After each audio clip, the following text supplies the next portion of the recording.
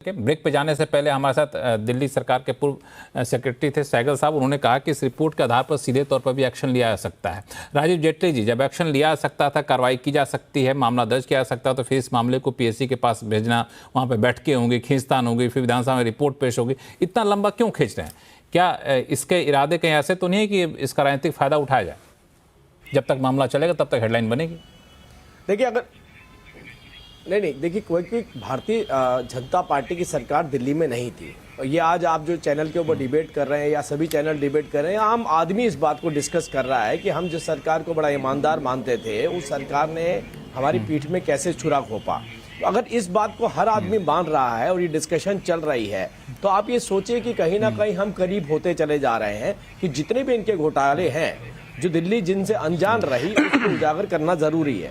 दिल्ली को बड़े लेट पता चला। दिल्ली की जनता समझती रही कि शायद ये लोग हमारे साथ खड़े, उन्हें नहीं पता था ये बड़े बड़े बंगलों में रहने वाले लोग, बड़ी बड़ी गाड़ियों में घूमने वाले लोग, जिसका 15-15 करोड़ का वाटर ट्रीटमेंट प्लांट जिसने अपने घर में लगवा के रखा हो, तो उस व्यक्ति को हमने अपना समझ करके वोट किया था और उसने हमारे किस तरीके से दिल्ली को लूटने का काम किया। अब वो बातें जल्द जनता के सामने आने वाली हैं। वो पीएससी की बात जो आपने अभी करी है, पीएससी में टेबल होगी, उसके बाद और डिस्कशन होगी। लेकिन साइमल्टेनियसली आप ये देखिए ना, हर एजेंसी ने इस बात को माना है कि ये भ्रष्टाचार है और भ्रष्टाचार के चलते लंबे वक्त इनके सभी इन्होंने कहा हमारे मंत्रियों को उठा के अंदर डाल दिया। अरे भाई, इस देश के अंदर कितनी सारी राजनीतिक पार्टियां हैं, उनके पास नेता है और सभी को उठा करके अंदर थोड़ी डाला जा सकता है।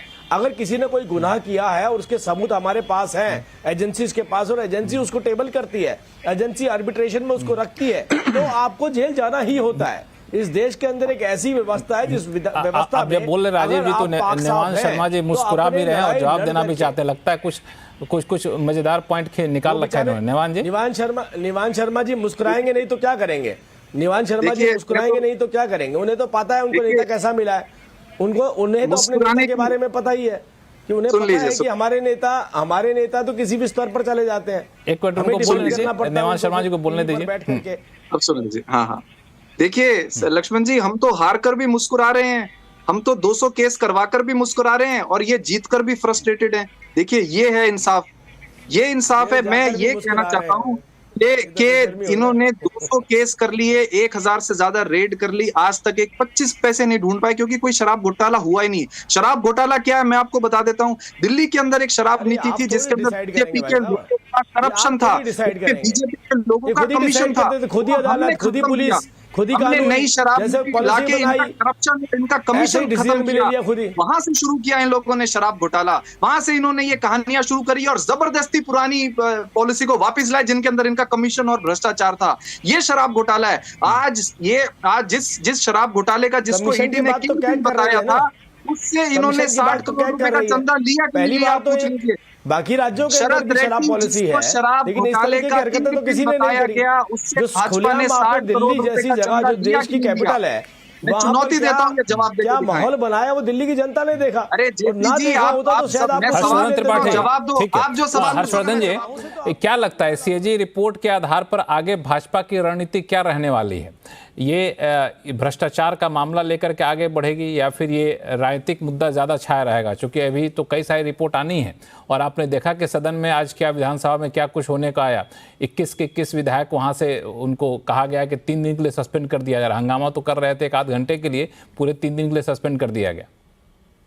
देखिए लक्ष्मण जी, इस रिपोर्ट में एक रिकमेंडेशन है, appropriate action under Delhi Excise Act should be taken against the licensee as well as the official responsible for not taking any action despite the shortcomings।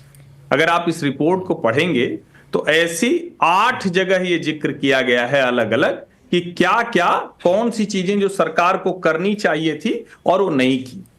इसी रिपोर्ट में अलग अलग जगह ये भी जिक्र मिलेगा आपको कि किस तरह की अनियमितता, इर्रेगुलरिटीज की गई है, और अगर आप उसको देखेंगे तो वो भी बताया गया है कि किस वाले मद में। जैसे उदाहरण के लिए, audit examine the implementation of excise supply chain information management system, उसमें बताया है कि ऑब्जर्व सेवरल डेफिशिएंसीज एंड इर्रेगुलरिटी। अब इस तरह की डिटेल्ड इसमें बातें कही गई। सवाल यहां यह नहीं है कि इस रिपोर्ट से भाजपा क्या करना चाहती।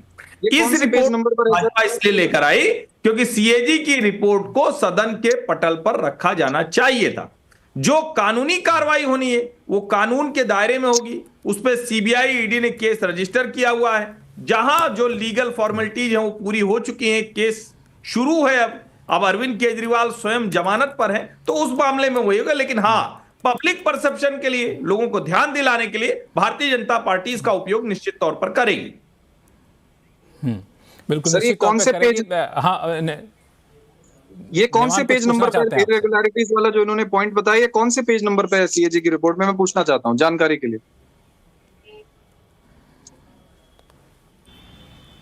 क्या हर्षवर्धन जी से पूछना चाह रहे हैं? नहीं सर, प्लीज बताइए, मैं ढूंढ रहा हूँ। नहीं मिला ना, इसीलिए कह रहा हूँ पढ़ लिख के आया करो निवान भैया, बिना पढ़े लिखे। मेरे पास तो सीएजी रिपोर्ट है पूरी, आप बता दीजिए कहाँ लिखा है। मैं आपको बताता हूं। अब जो मैंने कहा उसी चैप्टर में, जो excise information system management system का चैप्टर है, उसी में चले जाइए, आपको उसी में मिल जाएगा। और कुछ मत कीजिए, थोड़ी सी समझदारी करिए। उसके पेज नंबर 8 पर आपको ये मिल जाएगा। पेज नंबर 35 पर इरेगुलरिटीज का जिक्र मिल जाएगा। पेज नंबर 51 पर मिल जाएगा। पेज नंबर 52 पर मिल जाएगा। पेज नंबर 77 पर मिल जाएगा। और ये आपको बाकायदा ये डिटेल लिखा हुआ मिला है, ठीक है। और अगर फिर भी नहीं पढ़ पा रहे हैं तो लैपटॉप पर उसको करिए और ये कीवर्ड सर्च मार दीजिए, आपको मिल जाएगा। इसका मतलब रिपोर्ट बिना निवान जी संक्षिप्त में जवाब दीजिए। मुझे आशुतोष जी के पास जाना। निवान जी संक्षिप्त में जवाब दीजिए। रिपोर्ट पढ़ी ही नहीं है सर। देखिए मैं शुरू से रिक्वेस्ट कर रहा था कि हमें तथ्यों पे बात करनी चाहिए। पहले से 7वें चैप्टर तक जो सुनिए, पहले से जो बात की पूरा पेज नंबर बताया, पैरा नंबर बताया। हाँ। मैं वो पेज नंबर खोल लिया, मुझे बताइए कहां पर है। हमने पेज नंबर 51 की बात करी, 51 नंबर पेज आप बताइए कहां है इस पे। ये मिल जाएगा। पेज नंबर 51 मैंने खोल लिया सर। 51 पे क्या बताइए आप।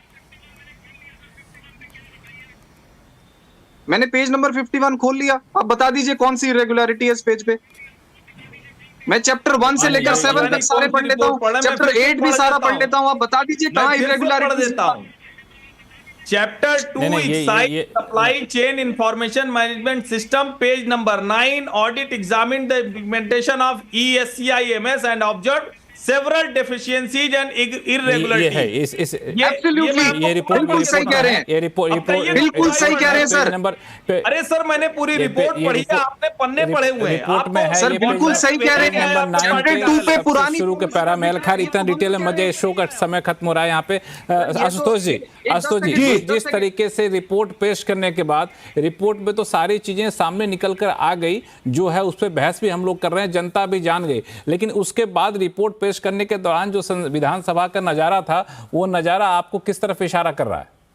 नहीं लक्ष्मण जी, मैं दो चीजों की तरफ पहले जवाब दे दूं, उसके बाद मैं आपके सवाल पे आऊंगा। बिल्कुल। पहली बात जो ये कहा गया है कि जो कैग की रिपोर्ट होती है, कैग की रिपोर्ट जब असेंबली के पटल पर रखी जाती है, उसके बाद संवैधानिक प्रक्रिया है कि उसको पब्लिक अकाउंट्स कमेटी के पास जाना होता है और पब्लिक अकाउंट्स कमेटी उसके एग्जामिनेशन करती है। फिर उसके बाद सरकार से कहती है ATR यानी एक्शन टेकन रिपोर्ट क्या है।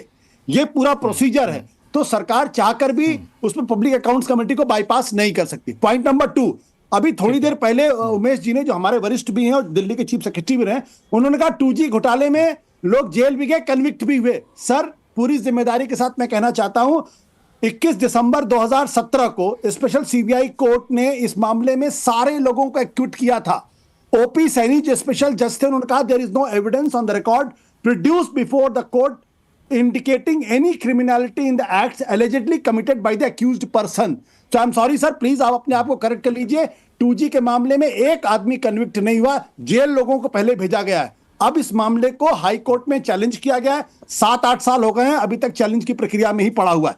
तीसरी बात जो आपने कही है वो बहुत है कि आम आदमी पार्टी ने, मुझे लगता है कि जिस तरीके से इस पूरे मसले पर एग्रेशन दिखाया है और जिस तरीके से बाबा साहब अंबेडकर और भगत सिंह के मसले पर एग्रेशन दिखाया है, उससे साफ लगता है कि वो अब लड़ाई को विधानसभा के अंदर और बाहर लड़ने की पूरी तैयारी कर रही है। और ये मुझे लगता है कि कम से कम विधानसभा में अच्छी बात है, सत्ता पक्ष और विपक्ष अगर दोनों ही अपनी अपनी जिम्मेदारी का निर्वाह करें सत्ता पक्ष सरकार चलाए, विपक्ष अगर उनको कटघरे में खड़ा करने की कोशिश करती तो इससे लोकतंत्र कमजोर नहीं होता, इससे लोकतंत्र मजबूती होता है। भले ही सत्ता पक्ष विपक्ष पर हमला करे, विपक्ष सत्ता पक्ष पर हमला करे। बिल्कुल, इससे लोकतंत्र मजबूती जो होता है। राजीव जेटली जी, आपके पास आऊंगा इस पर कमेंट लेने के लिए, लेकिन सहगल साहब जो इन्होंने कहा, इस पर कुछ आप ऐड करना चाहते हैं जो आशुतोष जी ने कहा? नहीं, मैं करना चाहता हूं, ये गलत कह रहे हैं। एक आध केस में एक्विट हो गए होंगे, मगर जिस तरह यूनिटेक वाला केस है जो 15,000 रुपए इन्होंने पहले ले लिए थे, उसके ऊपर बहुत सारे केसेस अभी चल रहे हैं और ऐसे ऐसे लोग हैं जो अभी तक इनको बेल नहीं हुआ, जो अभी तक जेल में पड़े हैं। तो अब मुझे पता नहीं है, केस आजकल इंडिया में बहुत लंबे चलते हैं, अदालती प्रक्रिया इतने स्लो है यहाँ की कि केस खत्म कोई हुआ कि नहीं हुआ। बट कोल घोटाला जो था, कोयला का घोटाला जो था, उसमें केस खत्म हो गए हैं। उसमें सचिव लेवल अफसरों को भी 4-4 साल की कैद हो गई है। उसमें भी तो प्रिजम्पटिव लॉस था। लॉस हमेशा प्रिजम्पटिव ही होता है। ये तो एक टर्म ये यूज कर दी गई उन्होंने एक पर्टिकुलर पार्टी ने शो करने के लिए, जी एक्चुअल लॉस नहीं हुआ। एक्चुअल लॉस क्या होता है? एक्चुअल लॉस वो होता है जो कि आपकी सरकार के पास आना चाहिए था और वो नहीं आया, तो उसको आप कह रहे हो प्रिजम्पटिव है। अगर आपने टेंडर नहीं इन्वाइट किए 2G के, लक्ष्मण जी अगर आप इन्वाइट करते तो इतना पैसा आता। और जब मैंने सहगल साहब को, राजीव जेटली जी, हाँ, मैंने सहगल साहब को वहां पे टोका क्योंकि सहगल साहब ने पहले कहा था 2G घोटाले को लेकर। मैंने 2G घोटाले की बाकायदा ओपी सैनी जो स्पेशल जज थे उनको पढ़ के सुना दिया। Sir I did not disturb you sir I did disturb you. हमने कोल घोटाले की बात नहीं की थी, आपने 2G घोटाले की बात की थी और आपने कहा था 2G घोटाले में लोग कन्विक्ट हुए हैं। मैंने अभी आपको रिपोर्ट पढ़ के सुना दी है, 2G घोटाले में एक आदमी कन्विक्ट नहीं हुआ है। दिल्ली हाईकोर्ट में मामला चल रहा है। अब आप यूनिटेक की बात कर रहे हैं, अब आप कोल घोटाले की बात कर, उससे मेरा कोई लेना देना नहीं, क्योंकि आपने 2G घोटाले बात की।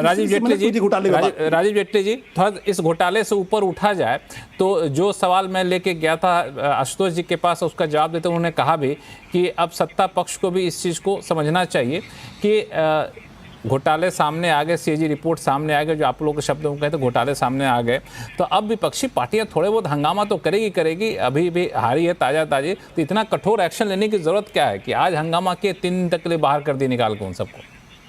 क्या इतना ही आक्रामक रहेंगे आगे भी? नहीं, जिस तरह तो सत्ताधारी पार्टियां नहीं बिल्कुल नहीं। हम तो चाहते हैं कि एक अच्छा विपक्ष मिले, ईमानदार विपक्ष मिले, जनता के मुद्दे उठाए, अपने निजी स्वार्थों को छोड़े, झूठ ना बोले, बच्चों की कसम लगाए। बच्चों से जुड़ा है देश, पूरा दुनिया। देखिए, आप एक छोटे अगर एनिमल चैनल भी देखेंगे ना, वहां पर भी बच्चों के लिए अपनी माँ सेक्रीफाई हो जाते हैं, पिता सेक्रीफाई हो जाते हैं। एक छोटी सी राजनीति के लिए इतना मत करिए। हम चाहते हैं अच्छे लोग हमारे साथ आए, हमारे को रचनात्मक भूमिका निभाएं, हमारे सामने कोई ऐसे मुद्दे उठाएं जिससे हम अपने आप को और बेहतर कर पाए। तो ये तो हम कहेंगे कि हमारे साथ होना चाहिए, हमारे साथ भी सामने भी एक अच्छा विपक्ष होना चाहिए, लेकिन ये अपना स्तर को इतना ना गिराए कि जनता भी आप पर विश्वास ना करे और हम भी आपके कहीं ना कहीं, जिसे कहते हैं, आपसे अपनी दूरी बनाते चले जाएं। तो इसलिए कह रहे हैं आपको कि अच्छी भूमिका निभाएं, हम भी चाह रहे हैं और जनता भी चाह रही है, लेकिन इस तरीके के अच्छी भूमिका निभाएं, आप भी चाहते हैं, जनता भी चाह रही है। निवान शर्मा, 15 सेकंड हमारे पास समय खत्म हो रहा है, मैं शो को वाइंड अप करने जा रहा हूं, चूंकि इशारा करने इसलिए मैं आपके पास आया हूं।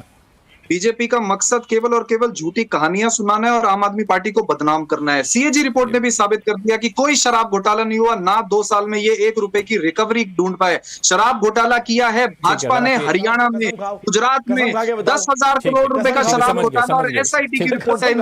इनका जो झूठ है वो जनता के सामने जरूर एक्सपोज होगा एक दिन। आप नहीं खा पाएंगे। बस अपनी बात निपटा देंगे इस बात। अब अपनी बात अब यहीं खत्म करिए, शो का समय खत्म हो रहा, लेकिन काफी अच्छी चर्चा रही, आप लोगों ने काफी तथ्यों के साथ सामने रखा अपनी बातों को। आप सभी मेहमानों का बहुत बहुत धन्यवाद हमारे शो में जुड़ने के लिए। आवाज अड्डा में फिलहाल इतना ही। देखते रहिए CNBC आवाज। नमस्कार।